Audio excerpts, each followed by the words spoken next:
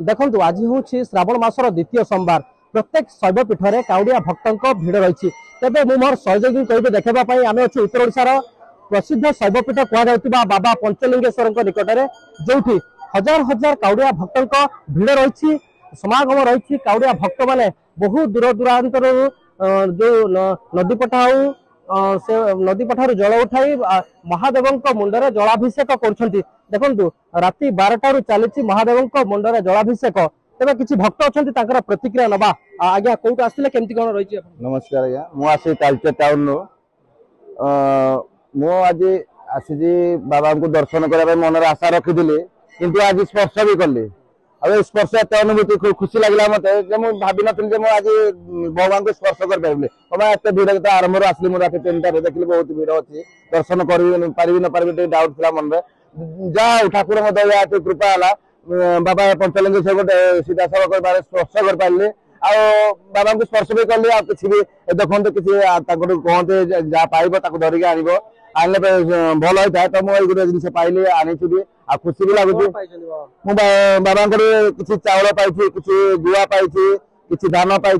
मत खुशी लगे बहुत खुशी लगे बहुत आनंदित भी अच्छी मो पिला आशा था मोर केमी जी पंचलिंगेश्वर आ थोड़े किसी ना थोड़े दर्शन करी आ बाबा को स्पर्श भी करी अलग मंदिर आम पा जलाभिषेक करूँ से दूर जलाभिषेक कर स्पर्श कराने कि ये पंचलिंगेश्वर आप सीधा स्पर्श करेंगे जोटा बेसी अनुभूति खुशी लगे आपको आप जिते कष्ट होता जहाँ आप सीधा सब आराम लगे आपको बहुत आपको रिलैक्स लगे आप भी भावें आप 3-4 किलोमीटर 10 किलोमीटर 50 किलोमीटर चल चल आस सब बाधा पड़े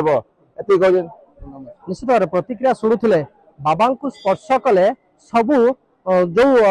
जहाँ किसी मन भीतर थाए किसी मिल जाए बोली जहाँ रही मन भीतर जहाँ रही टे प्रतिक्रिया नवा नना अच्छा प्रतिक्रिया नना केमती कौन रही आजिकार सब नीतिकांति केमती कौन काउड़िया भक्त मैंने जलाभिषेक कर कहीं जलाभिषेक हुए?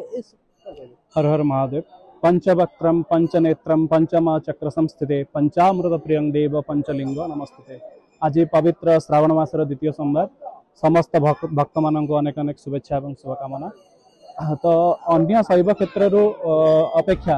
पंचलिंगेश्वर निहाती भाव स्वतंत्र कहीं अन्य कौन मंदिर अच्छी मंदिर गर्भगृह रे भगवान स्थापित होती एटी कौन मंदिर ना प्रकृतित्व भितर भगवान बुड़िकी अच्छा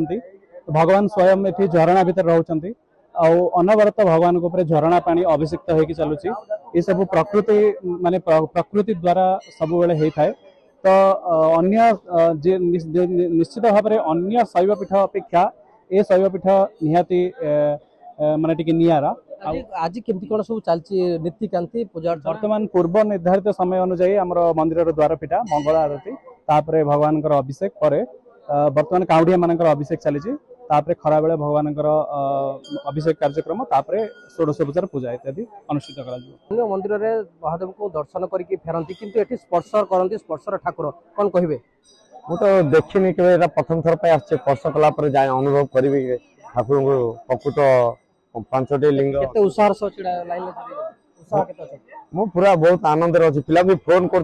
आनंद जो लाइन आसमी ठाकुर छुई दर्शन करके जीवी बहुत खुशी अच्छी। निश्चित भाव में जो प्रतिक्रिया शुणुते महादेव को दर्शन करेंगे और महादेव उपर जलाभिषेक करने इच्छुकर सह लंबा लाइन रे छिड़ा होती काउड़िया भक्त। नीलगिरी सुकांत दास, नंदीगंज टीवी।